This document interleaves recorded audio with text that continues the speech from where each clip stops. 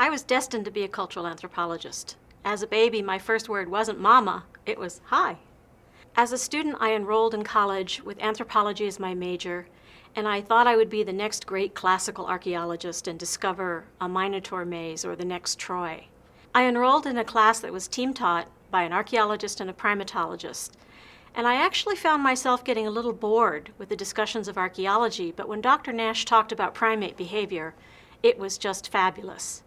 At one point in the semester, she told us we would have a guest speaker, and when the door opened and in came Dr. Nash with 2 baby chimpanzees, we were all amazed. As one of the chimpanzees climbed up into my lap, he picked up my long braid and began twisting it in his hand, and then he tasted it. And then he took my braid and laid it across his head and smoothed down my hair against his own. It was an unbelievable moment. As time went on, I told my friends I was going to be an anthropology major, and they said, "So you want to dig up dinosaur bones?" I tried to set the record straight. These were my first steps towards becoming an anthropologist. A few years later, I began my first field work on Palawan Island, the Philippines' last frontier. I lived in a thatch house on stilts with no running water, no electricity. I learned to cook the local foods, though I drew the line at a few things like monkeys and dogs.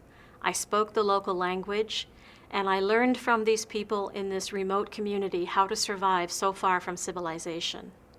A few years later, my husband had a Rockefeller Fellowship, a Rocky Doc, that brought us to Kenya, and we spent more years living in a remote village. I worked for UNICEF, where I tried to make the lives of women and children a little bit better, and learned a lot from my life in Kenya. Kenya was a land of superlatives, some of the most outstanding scenery, some of the highest mountains, some of the most exotic animals, and some of the world's poorest people.